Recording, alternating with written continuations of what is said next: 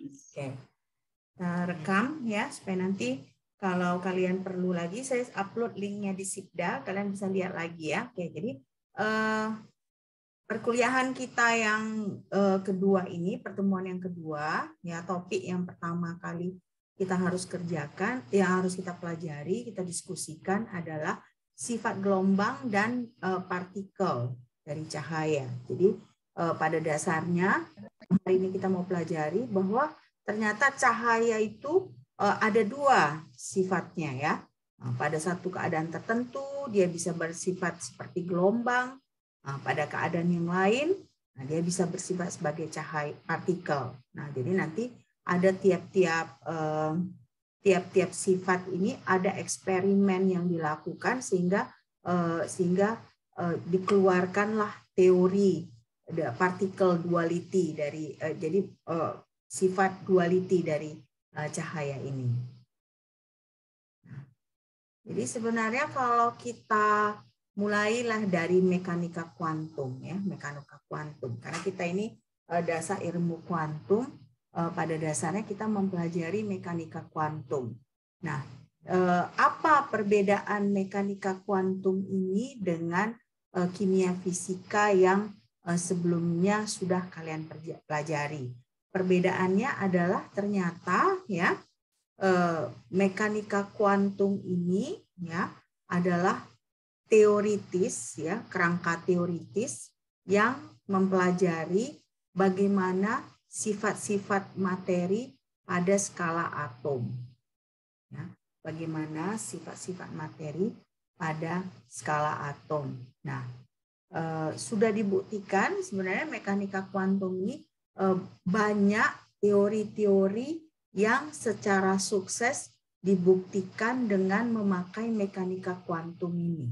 Ya, sudah banyak teori-teori ketika dipakai teori kimia biasa, misalnya suatu fenomena ya, dipakai teori kimia biasa tidak bisa dijelaskan. Tetapi ketika mekanika kuantum ini dipakai untuk menjelaskan fenomena itu, bisa dibuktikan. Nah, bahkan banyak juga eksperimental yang bisa dibuktikan dengan memakai mekanika kuantum ini. Ya. Oke. Nah, jadi sebenarnya kalau mekanika kuantum ini fenomena bidang apa aja yang kita bisa pelajari di mekanika kuantum ini. Jadi kimia bisa ya, makanya kita mengambil mata kuliah ini, partikel dasar fisika ya. Jadi mahasiswa-mahasiswa fisika pun mempelajari mekanika kuantum ini. Atau ketika kita belajar tentang solid state chemistry ya, kimia solid state material padatan ya. Nah, itu banyak memakai teori-teori kimia kuantum. Nah, juga biologi molekuler dan kosmologi. Jadi kalau kita mau mempelajari tentang tata surya ya, ruang angkasa, itu banyak mempelajari banyak memakai teori-teori kimia kuantum ini. Nah, jadi kimia kuantum ini ya banyak dari bidang-bidang kimia dasar ya, maksudnya pengetahuan alam dasar itu memakai kimia kuantum. Nah, sekarang aplikasinya. Karena tentunya kalian bertanya, apa sih sebenarnya aplikasinya si kimia kuantum ini? Jadi aplikasinya itu kalau kalian misalnya belajar transistor, laser, komputer, reaktor nuklir, ini semua adalah aplikasi ya, atau merupakan ilmu turunan dari teori kuantum. Ya, ilmu turunan dari teori kuantum. Dan karena itu makanya 30% dari produk bruto nasional Amerika Serikat ini ya merupakan teknologi yang memakai mekanika kuantum. Ya, karena kita tahu Amerika Serikat itu kan mereka kuat di ilmu komputer, ya laser, ataupun semikonduktor atau reaktor nuklir. Nah, 30% dari produk bruto nasionalnya itu adalah teknologi yang berdasarkan mekanika kuantum.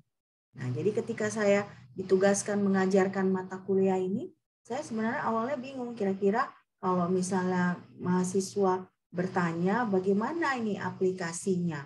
Kan kalian mungkin ada pertanyaan di dalam hati. Nah, kimia kuantum ini buat apa kita pelajari? Apakah ada memang aplikasinya dalam kehidupan sehari-hari ya? Karena nanti ada case method dan segala macam gitu ya. Nah, ternyata ya seperti ini kalian bisa lihat bahwa sudah diteliti 30% produk teknologi yang dihasilkan dari Amerika itu adalah melibatkan ilmu mekanika kuantum. Ya, jadi benar-benar sebenarnya kimia kuantum ini kedengarannya seperti ilmu tingkat tinggi ya, tapi sebenarnya banyak dipakai di sehari-hari juga. Nah, sekarang kita mau lihat, jadi sehari-hari bagaimana? Misalnya sebenarnya mungkin kalau kita bandingkan dunia kuantum ya dengan dunia sehari-hari gitu ya. Nah, seringkali kita harus menggabungkan beberapa konsep ya, konsep matematika, konsep kimia ya. Nah, jadi itulah yang mengembangkan dunia kuantum ini. Jadi tidak hanya kita mempelajari sisi kimianya, tetapi juga bagian matematikanya ya. Nah, terutama nanti yang berat itu mungkin adalah metode matematika yang harus digunakan yang seringkali mungkin rumit ya. Tapi kalau misalnya kita mengerti seperti apa konsep di balik metode matematikanya itu, mungkin akan kita bisa buat gitu ya, bisa kita kerjakan. Nah, sekarang kita masuk ke topik yang sebenarnya gitu ya, yang mulai dengan topik pertama ini. Jadi cahaya, gelombang, partikel. Ya. Nah, jadi cahaya ini sebenarnya awalnya ya ketika ditemukan teori-teori, awalnya para ilmuwan menganggap cahaya ini seperti gelombang, bersifat seperti gelombang. Tetapi misalnya ternyata ada pada kondisi tertentu, kenapa cahaya ini seperti partikel. Jadi inilah yang membuat para ilmuwan bingung gitu. Jadi sebenarnya cahaya ini apakah gelombang, apakah partikel. Nah, jadi mulailah ada teori gelombang cahaya. Ya. Awalnya mulai ada teori gelombang cahaya. Nah, dimulai dari percobaan Young, namanya Young, ya, Thomas Young pada tahun 1801. Ya, bagaimana percobaannya ini? Kalau kalian lihat percobaannya ini ada dua macam ya. Satu itu ada satu celah aja. Jadi ini lubang ya, lubang. Nah, ketika ada laser, ya laser dipancarkan ke sini, nah lasernya itu dia monokromatik, jadi dia satu panjang gelombang. Jadi yang terjadi ketika dia hanya satu lubang ini, yang terjadi dia hanya merata satu pita, ya. Cuman bedanya dia di tengah dia terang, intensitasnya tinggi.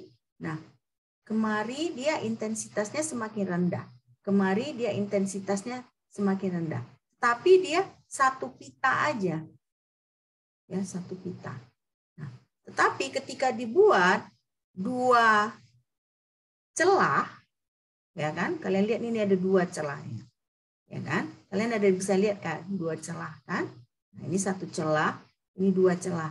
Nah, ketika ada dua celahnya dipancarkan laser ini, ya kan? Nah, yang ada itu dia ada pita terang dan pita gelap. Ya, jadi ada terang, ada gelap. Nah, jadi dia ada interferensi. Jadi dia ada pita terang, gelap, terang, gelap, terang, gelap. Nah, tapi memang dia di tengahnya ini dia juga intensitasnya tinggi, ya. Nah, seiring ke sini intensitasnya makin rendah. Nah, intensitas itu kita bisa nyatakan dengan bahwa di paling tengah ini dia di antara di dekat celah yang ini dia terang. Nah, makin ke sini dia gelap. Nah, sama juga seperti ini. Nah, jadi si Thomas yang ini melakukan eksperimen celah ganda atau kalau dalam bahasa Inggrisnya double slit eksperimen, double slit eksperimen. Jadi dia membandingkan bagaimana kalau satu celah, nah terjadi seperti ini, dua celah terjadi seperti ini. Nah, jadi seperti apa? Jadi cahaya yang digunakan di situ adalah sumbernya monokromatik. Nah, monokromatik itu dia panjang gelombangnya tunggal, ya, bukan polikromatik. Kalau polikromatik kan dia banyak panjang gelombang. Nah, ini dia cuma satu panjang gelombang aja. Nah, melewati dua celah sempit diproyeksikan ke layar seperti gambar tadi itu. Nah, jadi ukuran celahnya itu hanya memungkinkan ya supaya ada cahaya yang sempit dia, cahayanya sempit dia bisa menerangi layar itu. Jadi ukuran celah tersebut dia seperti itu. Oke.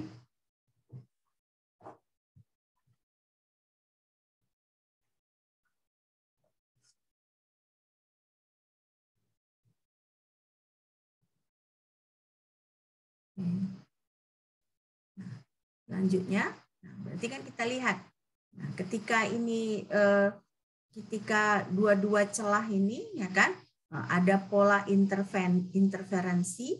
Nah, ini yang tadi saya bilang interferensi. Ini kan saya besarkan lagi gambarnya. Kalian bisa lihat bahwa di antara pita terang ada pita gelap, pita terang, pita gelap ya. Ini pita terang, pita gelap, pita terang gitu ya. Nah, tapi ada intensitas yang maksimum di tengahnya. Ya. Intensitas yang maksimum di tengahnya. Ya, berarti ini kan kenapa seperti ini? Apa penyebabnya ya? Apa penyebabnya? Nah, jadi kalau kita mau menjelaskan penyebabnya, kita harus berbicara tentang gelombang elektromagnetik. Ya, gelombang elektromagnetik. Nah, kalau berbicara gelombang elektromagnetik, berarti kita harus berbicara teori Maxwell. Nah, teori Maxwell tentang gelombang elektromagnetik. Nah, si gelombang elektromagnetik ini apa aja sih di situ? Apa aja? Nah, ternyata listrik, magnet, radiasi, cahaya, ini semua adalah buktinya bahwa si keempat materi ini, keempat medan ini, ya, adalah gelombang elektromagnetik. Nah, buktinya apa? Buktinya itu tadi ketika kita masukkan ke celah itu, ya satu celah dia kalau monokromatik dia hanya satu band aja. Nah, tetapi ketika ada dua celah, berarti kan dia ada seperti dua gelombang yang masuk. Nah, ketika ada dua gelombang yang masuk, berarti kan gelombang itu bisa saling menguatkan. Nah, kalau saling menguatkan itu yang dia terang. Nah, gelombang itu bisa saling membatalkan, ya, membatalkan sehingga itu yang gelap tadi. Atau ada yang dia tidak terlalu terang, tidak terlalu gelap, itu berarti dia gelombangnya setengah-setengah gitu, setengah-setengah. Nah, jadi double slit eksperimen itu membuktikan bahwa si cahaya itu dalam hal ini laser ya adalah bersifat gelombang. Nah, karena apa? Karena ketika dimasukkan ke dalam celah itu, kalau misalnya satu celah dia hanya satu band. Nah, berarti kan kalau satu celah aja satu gelombang aja yang masuk. Tetapi ketika dua celah berarti ada dua gelombang kan? Ada dua gelombang berarti si gelombang itu dia bisa saling bergabung, itu yang dia terang, bisa saling mengcancel, itu yang dia gelap. Nah, satu dia yang dia antara terang dan gelap itu ya sudah mulai meredup intensitasnya, berarti dia ada sedikit perbedaan tapi tidak total dia saling menghilangkan. Ya. Sekarang kita lihat, berarti kan kalau seperti itu, kalau kita berbicara si cahaya sebagai gelombang elektromagnetik, berarti kita bisa lihat bagaimana cahaya ini kita umpamakan cahaya itu mirip dengan medan listrik dengan medan magnet. Nah, ini contohnya ada gambar yang ini, kalian lihat kan? Nah, gambarnya ini kalau kalian lihat ada dua medan. Satu medan listrik, ya, medan listrik itu adalah E, ya. Nah, ada medan magnet, ya. Medan magnet itu adalah B. Nah, kalau kalian lihat di sini, medan magnet dengan medan B ini, medan E dengan B ini saling melintang dia. Saling melintang, ya kan? Jadi satu dia ke sini, satu ke sini. Nah, ada dia satu ke bawah, satu ke sini. Nah, kalau kita bisa perhatikan lebih detail lagi, antara satu puncak ke puncak lain itu yang kita sebut sebagai satu panjang gelombang. Satu lambda. Ya, satu lambda. Satu panjang gelombang. Nah, jadi ini adalah medan yang radiasi elektromagnetik, ya, yang ada medan listrik dengan medan magnetnya yang saling melintang, ya, saling melintang. Nah, kalau misalnya kita biarkan ini eksperimen ini di dalam ruang hampa, yang berarti ruang yang vakum, gitu ya. Nah, kecepatan si gelombang ini merambat adalah 3 kali 10 pangkat 8 meter per detik. 3 kali 10 pangkat 8 meter per detik. Nah, ini ya, si C ini, ya kan? Ini yang kita sebut sebagai kecepatan cahaya. Nah, berarti kecepatan cahaya itu adalah kecepatan gelombang elektromagnetik, dalam hal ini cahaya, merambat dalam ruang hampa dalam satuan detik. Meter per detik. Jadi 3 kali 10 pangkat 8 meter per detik. Nah, ini kita sebut sebagai kecepatan cahaya. Nah, berarti kalau kita bisa perhatikan lebih jauh tadi gambar tadi, berarti E dan B, ya, bidang E dan B itu berosilasi. Nah, kan namanya berosilasi. Naik ke puncak, baru menurun. Nah, puncak menurun itu namanya berosilasi.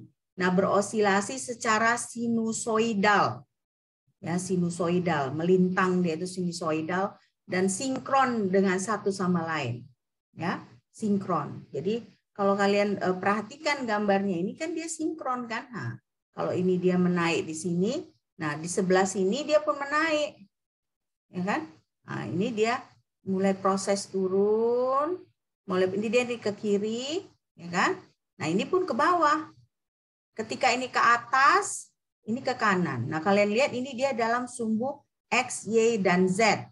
Nah, jadi makanya nanti ada istilahnya kita sebut bahwa fungsi gelombang itu dia dalam ruang dan waktu. Dalam ruang dan waktu. Kenapa dalam ruang dan waktu? Karena kalian lihat di sini dia kan merambatnya itu dalam fungsi X, Y, dan Z. Nah, jadi makanya gelombang itu nanti dia fungsi ruang dan waktu. Ya, fungsi ruang dan waktu. Nah, sekarang berarti tadi saya sudah jelaskan bahwa antara maksima dengan minima pada waktu tertentu kita sebut sebagai panjang gelombang. Panjang gelombang, ya. Nah, ini saya sudah disebutkan juga bahwa si gelombang ini, ya, dia berosilasi secara sinusoidal sebagai fungsi waktu, tetapi dia juga dalam setiap titik dalam ruang. Ya, makanya nanti kalau kalian perhatikan kita misalnya melakukan penulisan formula, si fungsi gelombang itu selalu dalam kurung R dan T. R-nya apa? R-nya adalah ruangnya. T T-nya apa? T-nya waktu. Nah, R-nya itu nanti kita lihat dalam bentuk vektor. Ya, nah ini jadi berarti kalau misalnya kita tahu ya panjang gelombang tadi kan dia panjang gelombang gamma kan, panjang gelombang ini lambda. Nah, panjang gelombang lambda berarti si frekuensi ya kan, frekuensi jumlah osilasi persatuan waktu itu kita sebut itu lambda per C, karena kecepatan si cahaya tadi bergerak adalah C, ya kan? Jadi makanya panjang gelombang dibagi C. Nah, jadi bisa juga kita sebut panjang gelombang dikali frekuensi, ya ini frekuensi sama dengan C. Ya, panjang gelombang dikali frekuensi sama dengan C. Nah, inilah persamaan 1. Ya. Jadi pertama itu kita tahu bahwa dari jarak antara satu maksima ke maksima yang berikutnya kita sebut panjang gelombang. Nah, jumlah osilasi persatuan waktu kita sebut frekuensi dilambangkan dengan yang seperti ini, V, seperti V. Nah, berarti lambda V itu sama dengan C, kecepatan cahaya. Ya. Nah, sekarang kita perhatikan lagi yang ini, kan? Nah, kalau kita perhatikan dengan baik, ya, kan berarti tadi kan di gambar itu tadi di percobaan double slit eksperimen itu kan ada yang intensitasnya tinggi, ya, intensitasnya tinggi yang terang. Ada yang dia intensitasnya rendah atau gelap. Nah, berarti sebenarnya intensitas itu bagaimana dalam teori elektromagnetik? Nah, ternyata dalam teori elektromagnetik ya, intensitas itu ya, karena dia gelombang, kalau kalian lihat di sini dia merambat dalam ruang. Nah, makanya dia diwakili oleh vektor pointing. Vektor pointing. Nah, ini dia vektornya. Jadi insiden flux energi itu S ya sama dengan mu0 dikali vektor dari E.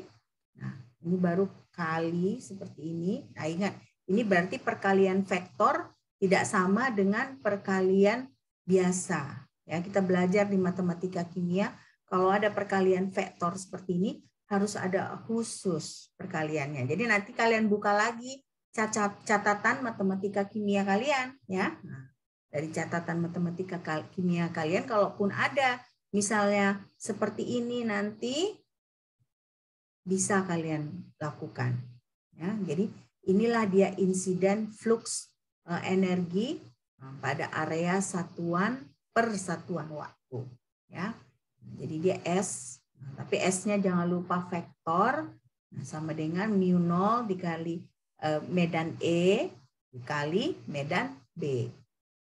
Jadi makanya saran saya nanti ambil lagi. Jadi catatan apa? Catatan matematika kimia kalian jangan dibuang ya.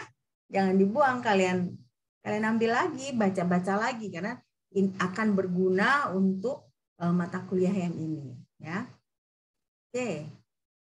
Masih sanggup? Lanjut? Hah? Masih sanggup? Kok diam aja? Hah? Masih, Bu. Nggak bisa kan? Sejauh ini jelas kan? Hah? Gimana, Bu? Sejauh ini jelas kan? Jelas, Bu. Jelas, Bu. Ya.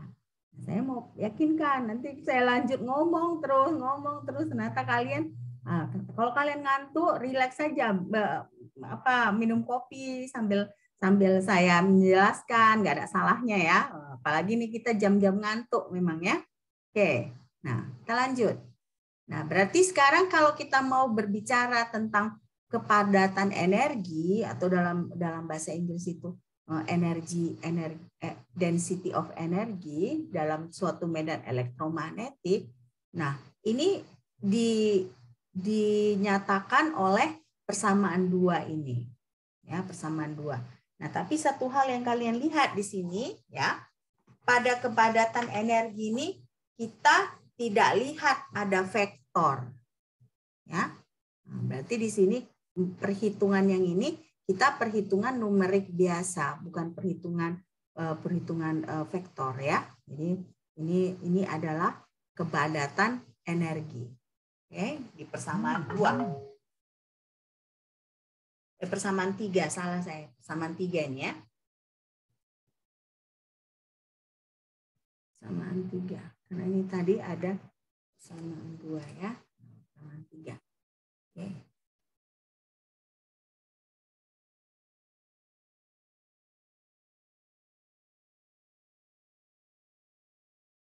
Oke. Nah, selanjutnya amplitudo. Ya. Amplitudo itu berarti kan maksudnya kalau energi ini kalau kita perhatikan berarti energi densitas dari energi itu sama dengan 4 kali E dan B kan, karena E pangkat 2, B pangkat 2, jadi 4 kali gitu ya, 4 kali lipat pada bidang E dan B. Nah, berarti sesudah itu kita bisa mulai masuk ke amplitudo. Apa itu amplitudo? Tadi kan kita udah belajar tentang panjang gelombangnya, frekuensinya, kecepatan cahayanya, energi densitasnya. Nah, sekarang kita mau mempelajari amplitudo. Nah, ternyata amplitudo ini, amplitudo dari gelombang ini harus kita buat sebagai fungsi gelombang. Nah, ini dia fungsi gelombang. Ya. Nah, inilah fungsi gelombang itu. Nah, kalau kalian lihat fungsi gelombang ini ada fungsinya R yang memakai tanda vektor, yaitu ruang. Nah, ruang kenapa? Kalau saya tanyakan kenapa, tentunya kalian bisa jawab karena kita lihat waktu dia bergerak itu kan dia dalam sumbu X, Y, dan Z. Ya, dalam sumbu X, Y, dan Z. Nah, jadi makanya si fungsi gelombang ini, amplitudonya ini, dia dalam fungsi ruang dan waktu. Tapi waktu itu tidak vektor ya.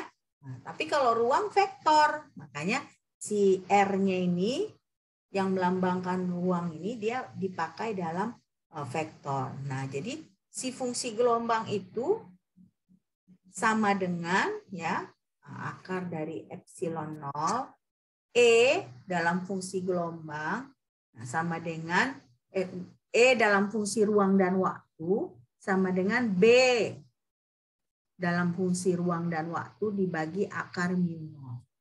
Nah, inilah panjang gelombang, inilah fungsi gelombang atau amplitudonya. Ya, panjang gelombang atau amplitudonya.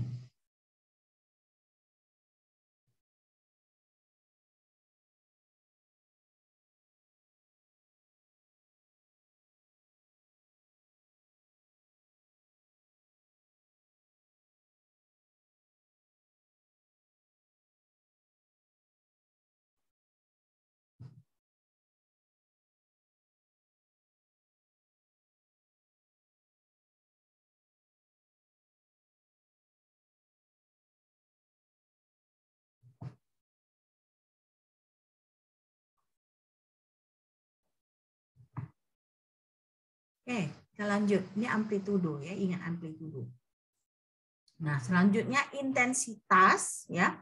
Ternyata intensitas itu adalah sama dengan panjang gelombang, bukan panjang gelombang, fungsi gelombang atau amplitudo di pangkat 2. Nah, kalian harus hati-hati. Di sini bukan pangkat 2 yang biasa. Karena dia fungsi, berarti vektor. Bagaimana nanti kalau kalian punya vektor yang dipangkat 2-kan.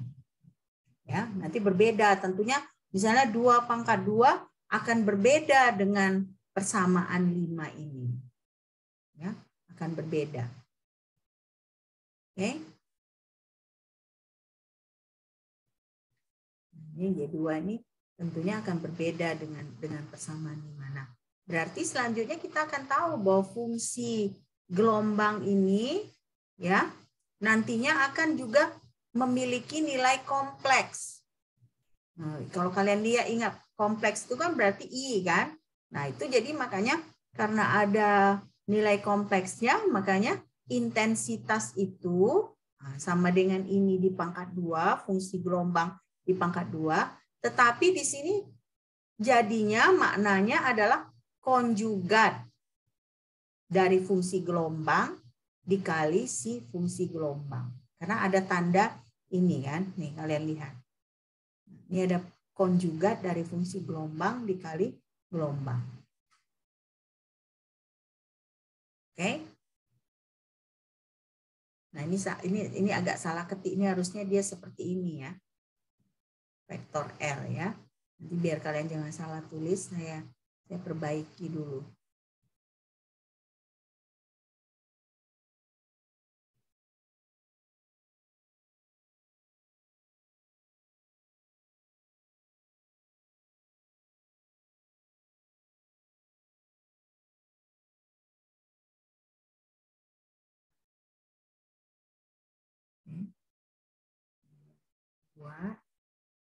Nah, jadi jangan kalian salah ketik nanti. Nah, jadi makanya di sini karena ini ada nilai yang kompleks nanti. Jadi walaupun ini pangkat 2, dia ini adalah konjugat. Ya, konjugat.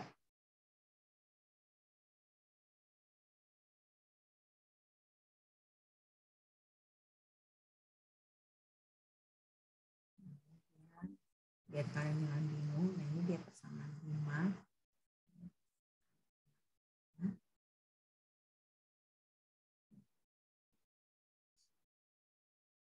Oke.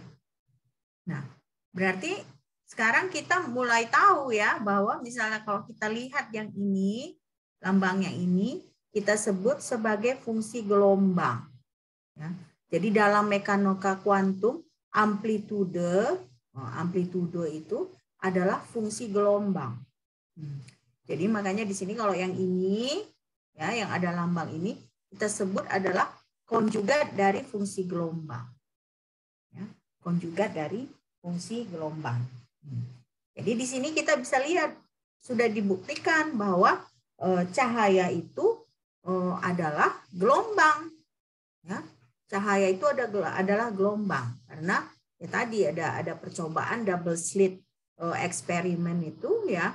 Ketika dibuat 2 slitnya dia malah jadi pita.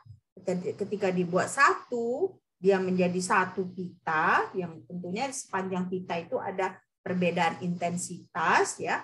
Berarti kalau dibuat 2 celahnya dia ada interferensi, gitu ya, ada interferensi. Nah, sekarang kita lihat. Jadi interferensi itu tadi saya sebenarnya sudah jelaskan, cuman kan tidak dijelaskan dengan gambar. Nah, ternyata ya ada interferensi konstruktif, ada interferensi atau gangguan destruktif. Nah, ada yang kasus menengah. Ya. Nah, ingat intensitas itu sama dengan amplitudo di pangkat 2. Nah, kita lihat bagaimana konstruktif itu. Konstruktif itu ternyata ketika misalnya dari 2 celah itu sama gelombangnya yang masuk. Nah, ini kan dia satu gelombang itu naik ke atas, satu gelombang naik ke atas, satu gelombang turun ke bawah, turun ke bawah. Akibatnya intensitasnya itu adalah semuanya konstruktif. Ya, itu dia konstruktif. Jadi intensitasnya seperti ini. Nah, inilah yang jadi terang di layar itu tadi. Nah, bagaimana kalau misalnya masuk 2 gelombang tetapi berbeda tandanya? Nah, berbeda tandanya itu seperti ini. Ini satu di atas, satu di bawah. Nah, satu di atas, satu di bawah. Yang ini berbeda tandanya. Nah, ini di bawah, ini di atas. Nah, karena dia berbeda tandanya, dia saling menghilangkan. Jadi jadinya seperti ini. Karena dia saling menghilangkan. Nah, inilah yang gelap di layar itu tadi. Ini gangguan destruktif, interferensi destruktif. Ini interferensi konstruktif. Nah, kan tadi ada yang paling tinggi intensitasnya. Tapi ada juga yang dia masih terang, tapi dia tidak seterang yang di tengah tadi kan. Nah, itulah yang kalau misalnya masuk panjang gelombangnya, dia satu panjang gelombang setengah panjang gelombang yang lain. Jadi kalau kalian lihat ini di sini maksimanya, ya kan? Nah, maksima panjang gelombang kedua ini adalah di antara maksima dan minima panjang gelombang pertama. Nah, akibatnya intensitasnya itu dia tetap aja sama seperti ini, tapi kalau kalian lihat tingginya ini maksimanya tidak setinggi ini, ya. Nah, selain tidak setinggi ini, posisinya juga berbeda. Posisi maksima ini adalah di antara ini dengan ini. Jadi makanya ada 3 macam interferensinya ketika percobaan itu. Ada yang konstruktif, ya. Ada yang destruktif. Nah, baru ada juga yang kasus menengah, ya, kasus menengah. Oke, kasus menengah. Oke, jadi inilah. Jadi kalau misalnya kita konversikan si eksperimen itu dalam bentuk gambar gelombang, seperti inilah dia yang terjadi. Jadi ada yang dia seperti ini yang terang, ini yang gelap, nah ini yang dia menengah, ya. Nah sekarang berarti superposisi gelombang, kita bisa bilang itu superposisi gelombang, ya kan? Gelombangnya bergabung gitu ya. Nah, berarti kalau kita sebut amplitudenya itu yang ini, ya, fungsi gelombang. Nah, kalau memiliki, nah di setiap ruang itu kan x dan xy dan z-nya itu kan ada yang negatif, ada yang positif, ya kan? Nah, nilainya kan dalam ruang itu kan. Kalau misalnya ke atas ya tentunya positif, kalau ke bawah dia negatif, dan seterusnya. Nah, karena itu makanya akan ada gangguan konstruktif dan destruktif. Kalau kita gabungkan, kalau kita superposisi 2 gelombang ini ya. Nah, jadi kita tahu bahwa kita akan melakukan superposisi gelombang. Ya, nah berarti kan amplitudenya ini akan bisa bernilai positif, akan bisa bernilai negatif, karena kita berbicara gelombang yang bergerak dalam ruang, ya, dalam ruang. Nah, sekarang berarti intensitasnya itu kalau menurut persamaan 5, intensitasnya itu adalah lebih besar sama dengan 0 pada setiap ruang, ya, lebih besar sama dengan 0. Jadi intensitas itu dia tidak ada yang nilainya negatif. Ya, tidak ada nilainya negatif. Nah, kita bisa lihat juga kan dari ilustrasi ini nggak ada yang nilai negatif kan? Dia itu yang palingan juga dia 0. Ya, intensitasnya. Nah, ini dia yang lebih besar dari 0. Nah, jadi makanya di sepanjang di setiap ruang itu kalau kita lihat lebih jauh dari ilustrasi itu tadi bahwa intensitas itu lebih besar sama dengan 0. Jadi pita terang itu konstruktif, ya. Pita gelap itu adalah destruktif. Ya, jadi pita terang adalah konstruktif, pita gelap adalah destruktif. Nah, sekarang kita lihat sifat cahaya sebagai gelombang. Nah, intensitas itu ternyata bukan intensitas 1 ditambah 2. Ya. Jadi terangnya itu bukanlah penjumlahan dari intensitas 1 dan 2. Ya, bukan seperti itu. Nah, tapi amplitude itu ya bisa kita buat amplitude itu di persamaan 7 bahwa amplitude dari superposisi gelombang itu adalah amplitude 1 ditambah amplitude 2. tetapi intensitasnya itu ya bukan intensitas 1 ditambah intensitas 2. Jadi tidak bisa nanti misalnya intensitas itu kita tambahkan intensitas 1 dan 2 karena ternyata tidak seperti itu.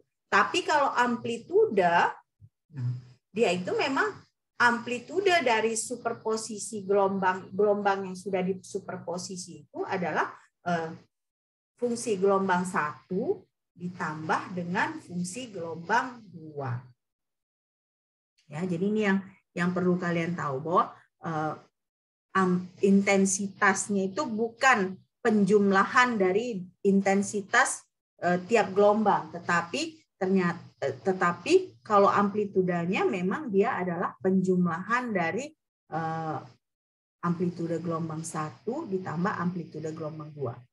Nah, sekarang berarti kalau kita lihat di sini intensitas itu ternyata adalah amplitude di pangkat 2. Ya, amplitude di pangkat 2. Nah, berarti kalau misalnya kita pangkatkan amplitude itu bisa di persamaan 8 ini. Jadi kalian biar jangan bingung.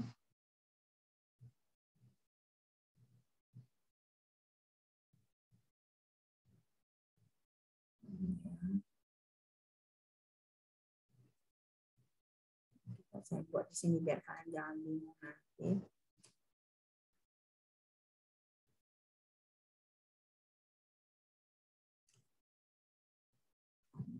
Ya, persamaan 8. Nah, ya kan, jadi kita bisa lihat nih kan, amplitude gelombang 1 pangkat 2 ditambah amplitude gelombang 2, ini saya salah tulis.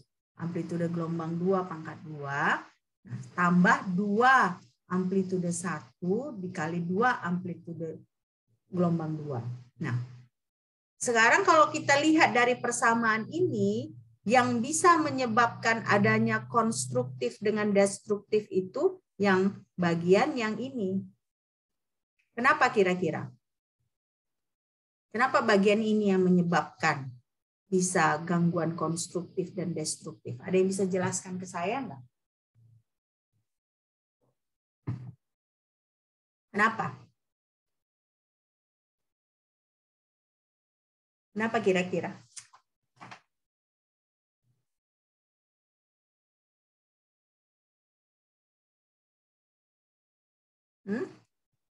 Kalau misalnya yang ini, kalau beda tandanya, satu positif, satu negatif, dia tetap akan jadi positif. Benar enggak? Karena kan pangkat 2. Nah, sama juga dengan yang ini, ya kan? Yang ini. Kalau yang panjang gelombang 2-nya itu, ya, kita pangkat 2 kan, ya.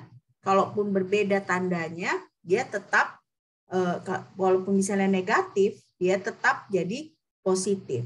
Tetapi kalau yang ini misalnya kalau dua-dua positif, itu yang dia bisa jadi konstruktif. Tetapi kalau misalnya ternyata si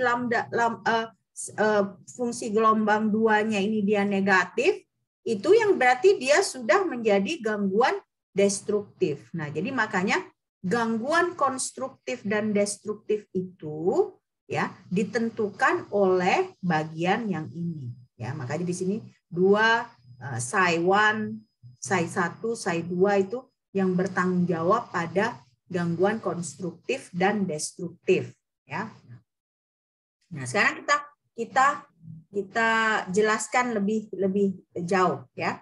Nah, ketika misalnya ini dengan ini tandanya sama, berarti misalnya kalau sama-sama positif, ya, atau sama-sama negatif, ya berarti kan intensitas totalnya lebih besar dari jumlah rho 1 dan rho 2. Ya, kalau misalnya ini kan, kalau ini misalnya negatif dua-dua kan tetap dia jadi positif.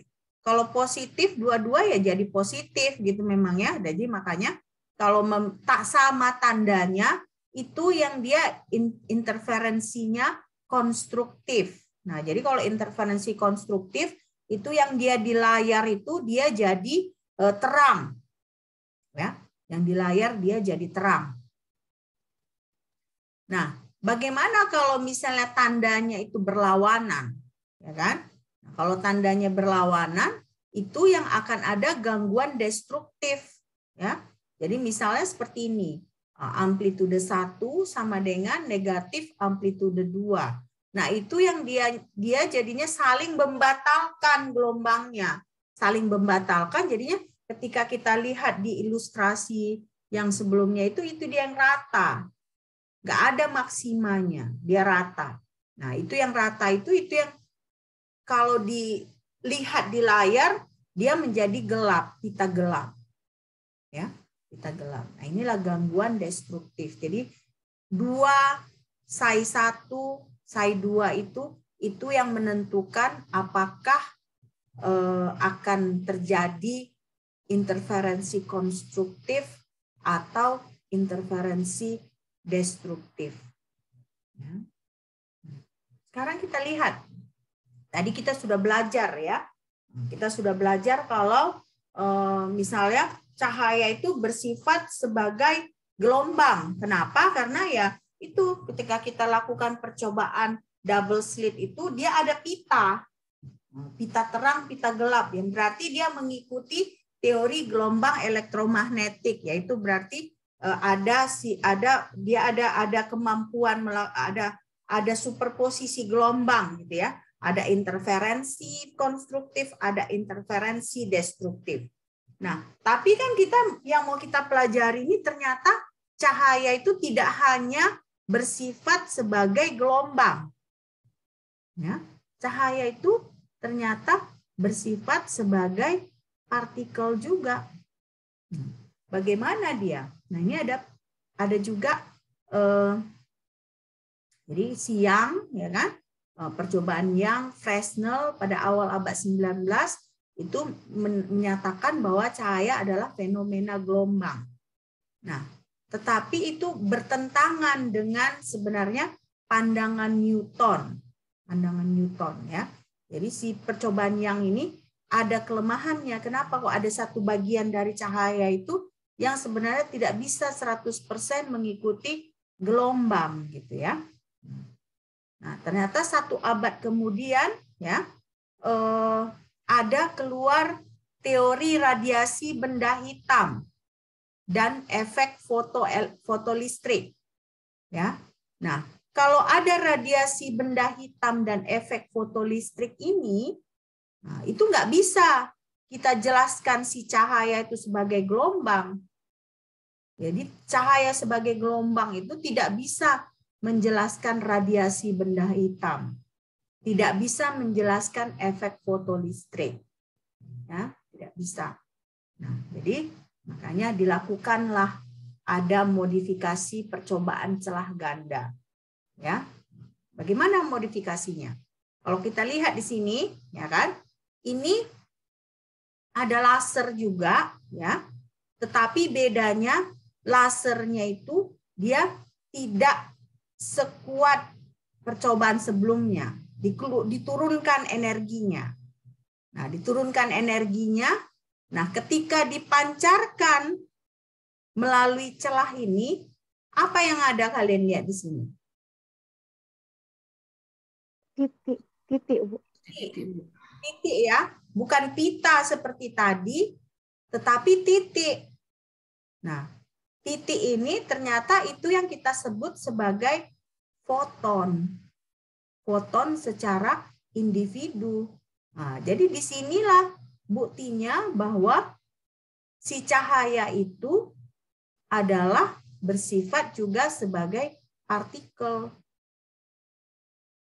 Nah, jadi dia pada satu kondisi dia bersifat sebagai gelombang, pada kondisi yang lain dia bersifat sebagai partikel. Nah, ketika diketahui bahwa cahaya itu dapat bersifat sebagai partikel juga, nah, jadi radiasi benda hitam, efek fotolistrik itu bisa dijelaskan jadinya. Karena ternyata si cahaya ini bukan hanya gelombang, bukan hanya bersifat sebagai gelombang, tetapi juga bersifat sebagai partikel.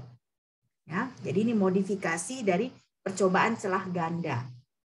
Nah, bagaimana caranya? Jadi caranya pertama, sumber lasernya itu ada saklarnya yang bisa mengurangi intensitas cahayanya.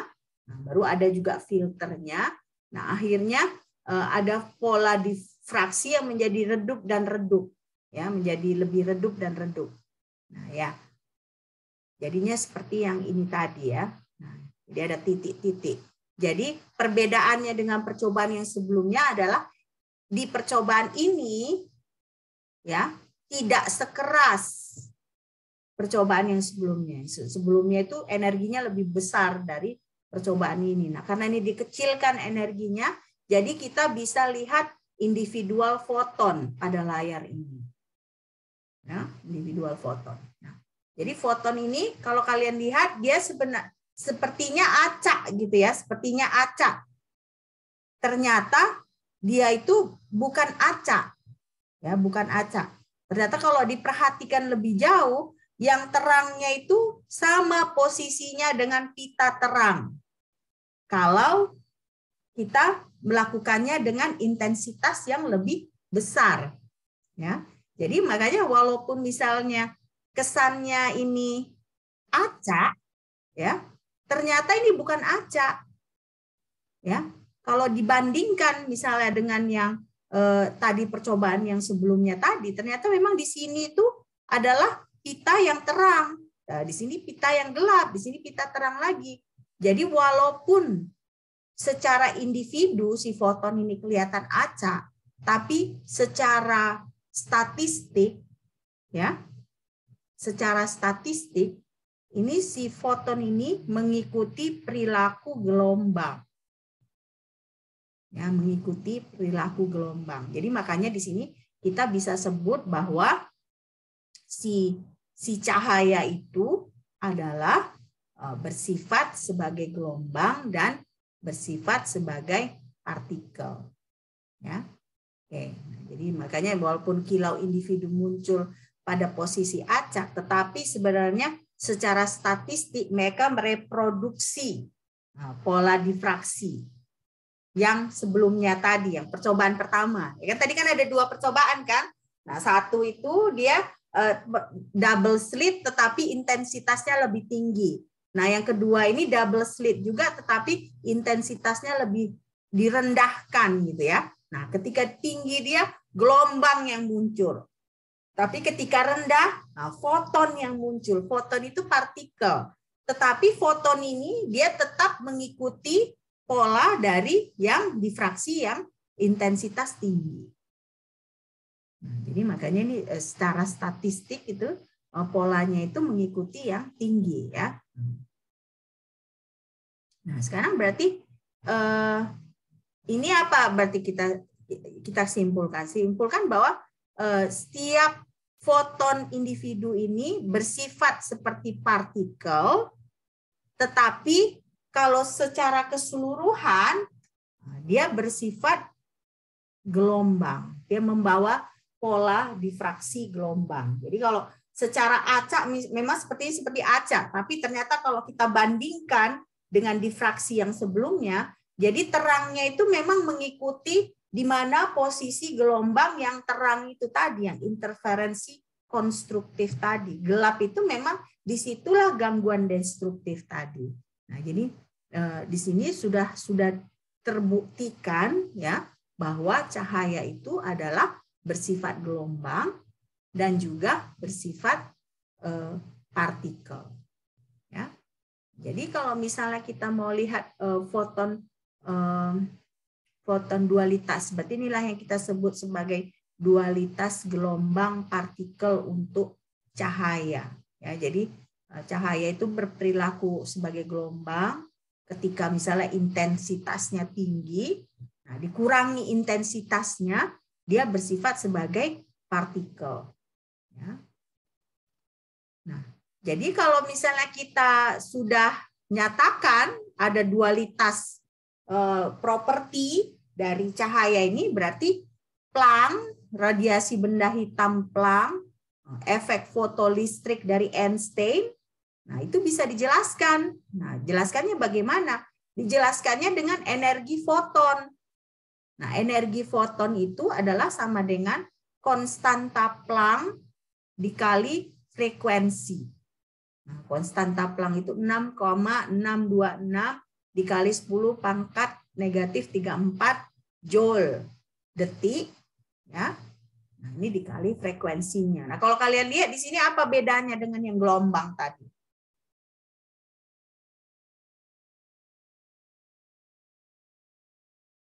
Kalau gelombang tadi dia ada unsur vektornya, ya kan? Nah, jadi fungsi gelombang yang dalam ruang dan waktu.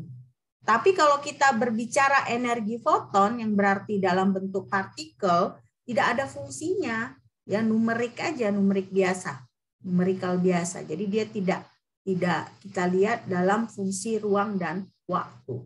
Ya, berarti kita bisa berbicara juga efek Compton. Ya, efek Compton itu ya sinar X atau sinar gamma ini mengeluarkan elektron.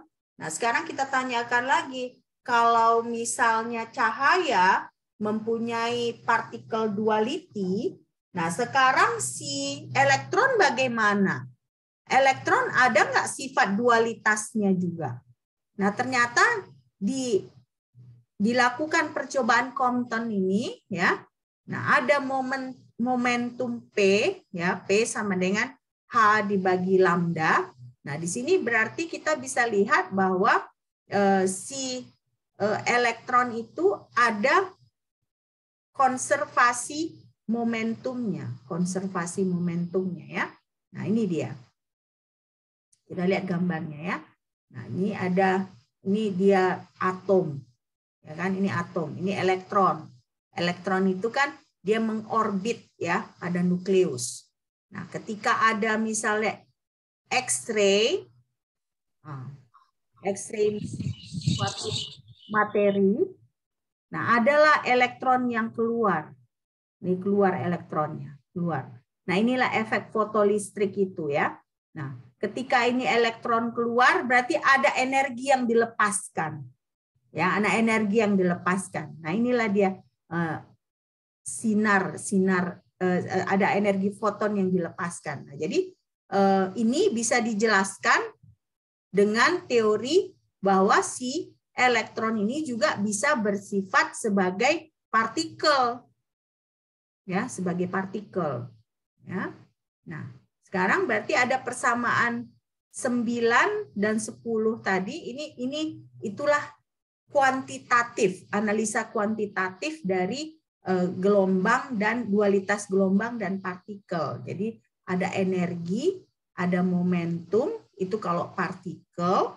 Nah, kalau gelombang dia ada frekuensi, ada panjang gelombang. Jadi setiap yang mempunyai sifat dualitas itu berarti dia bisa dihitung energi atau momentumnya, itu kalau partikel.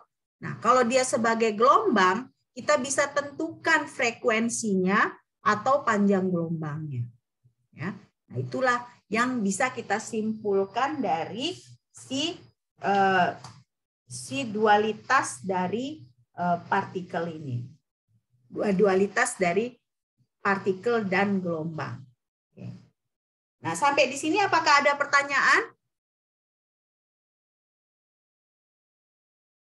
Oke, kita lanjutkan sebentar ya, kita lanjutkan sebentar lagi. Enggak. Oke, nah jadi berarti kalau kita lihat di sini berarti kita bisa karena dia sebagai partikel, nah kita bisa menggunakan persamaan 11 ini. Ya, persamaan 11. Nah, persamaan 11 itu adalah persamaan Einstein. E sama dengan MC pangkat 2. Ya, E sama dengan MC pangkat 2. Nah, jadi berarti foton ini ada masanya. Ya, foton ini ada masanya. Oke. Nah, berarti kalau kita mau turunkan lagi persamaannya, momentum itu sama dengan E dibagi C, nah, sama dengan H mu dibagi C, nah, sama dengan H dibagi lambda. Nah, jadi kalau kita lihat di sini berarti ada kaitan antara momentum dengan panjang gelombang. Ya, ada kaitan antara momentum dengan panjang gelombang atau ada kaitan antara frekuensi dengan panjang gelombang. Nah, inilah yang merupakan relasi panjang gelombang dan frekuensi. Ya, relasi panjang gelombang dan frekuensi. Oke. Nah, sekarang kan kita mau melihat lagi kan bagaimana dengan partikel, kan? Partikel seperti elektron ya. Saya langsung ke ini aja ya. Nah, sifat dualitas dari elektron. Nah, jadi kita lihat si elektron ini. Nah, elektron ini ya kan, kalau misalnya ada percobaan lagi, ya kan, percobaan, tapi dalam hal ini yang ditembakkan elektron, nah nanti akan ada seberkas elektron di layar tersebut, di layar tersebut yang bisa dia dipengaruhi oleh medan listrik dan medan magnetik.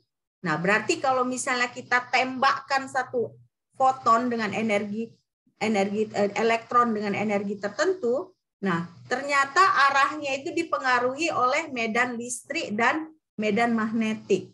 Nah, dari situ berarti kita bisa tahu bahwa si elektron itu bersifat sebagai gelombang. Ya kan, gelombang.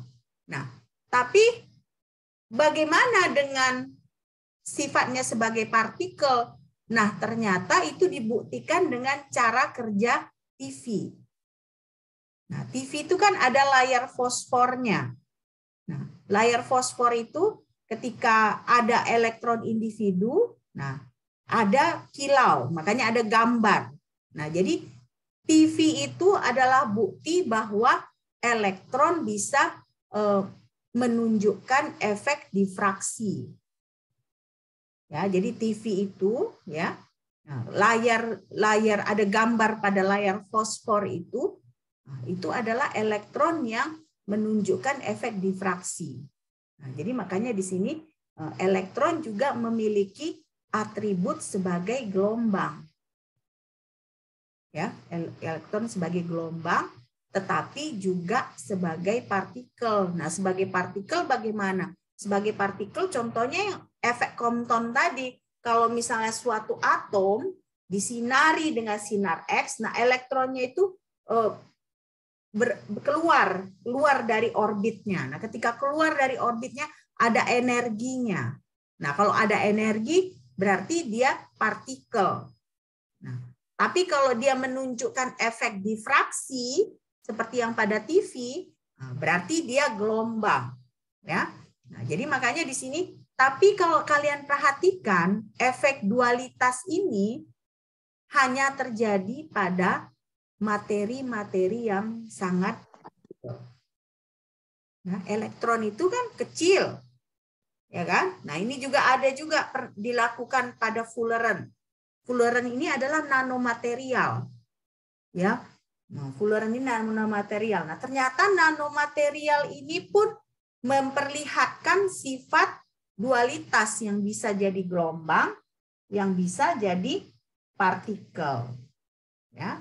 Bisa jadi gelombang, yang bisa jadi partikel. Nah, sekarang sampai di sini, apakah ada pertanyaan? Apakah ada pertanyaan?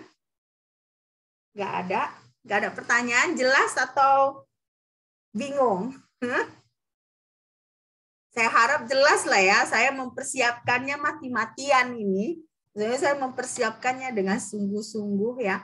Saya coba untuk menjelaskannya dengan bahasa yang tidak terlalu rumit ya, walaupun ya terkadang saya ada kendala, tapi jadi harapan saya kita mengerti topik ini. Nah, kalau begitu ada nggak satu mahasiswa yang bisa volunteer menjelaskan ke saya apa yang kalian dapat hari ini kita belajar? Satu mahasiswa. Siapa yang bersedia? Siapa yang bersedia ya? Apa konsep yang kalian dapat hari ini?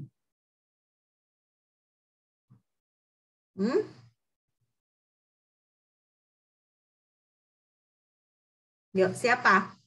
Siapa yang bersedia menjadi korban? Saya, Bu. Siapa ini? Siapa yang? Krisna, Bu. Krisna. Oh ya, silakan Krisna. Ya, baik. Selamat sore, Bu. Jadi, kalau ada kekurangan, mohon maaf ya, Bu, sebelumnya. Kita Jadi, belajar, kan? iya, Bu. Jadi, di sini saya akan memberikan sedikit review ataupun hal yang saya tangkap setelah pembelajaran sore hari ini. Jadi, sore hari ini kita telah belajar tentang sifat gelombang dan partikel cahaya. Nah, sebelum itu, tadi Ibu telah menjelaskan bahwa untuk apa sih kita belajar tentang mekanika kuantum gitu kan? Karena mungkin banyak orang berpikir bahwa ilmu ini sedikit kegunaannya, padahal banyak kegunaannya itu, karena kimia kuantum telah menjelaskan berbagai fenomena baik di bidang kimia maupun partikel dasar fisika. Nah, selain itu kimia kuantum juga telah memiliki banyak aplikasi, seperti contohnya 30% produk bruto nasional Amerika Serikat melibatkan teknologi yang didasarkan dari kimia kuantum. Itu salah satu contoh aplikasi dari kita mempelajari kimia kuantum. Nah, lalu selanjutnya, tadi telah dijelaskan bahwa perbedaan antara cahaya, gelombang, dengan partikel. Jadi, sebenarnya cahaya itu biasanya berperilaku sebagai gelombang, tetapi terkadang mempunyai aspek yang mirip seperti dengan partikel. Nah, lalu ini dapat dilihat perbedaannya melalui eksperimen celah ganda yang telah diperkenalkan oleh Thomas Young pada tahun 1801. Nah, pada percobaan celah ganda itu kan pada saat laser ditembakkan ke pembatas yang memiliki dua celah, itu akan terbentuk garis-garis gitu. Jadi di situ tuh ada pita terang dan pita gelapnya. Nah, cahaya yang terbentuk itu berasal dari ataupun bersumber dari monokromatik, di mana panjang gelombangnya itu tunggal. Lalu selanjutnya, tadi kita ada juga mempelajari tentang medan listrik dan medan magnet. Jadi radiasi elektromagnetik yang dibawa oleh gelombang medan listrik dan medan magnet itu saling melintang dan merambat dalam ruang hampa yang disebut dengan kecepatan cahaya yang memiliki nilai 3 × 10⁸ meter per sekon. Lalu selanjutnya kita juga telah mempelajari tentang panjang gelombang. Jadi tadi rumus panjang gelombang itu ada lambda dikali frekuensi sama dengan kecepatan cahaya.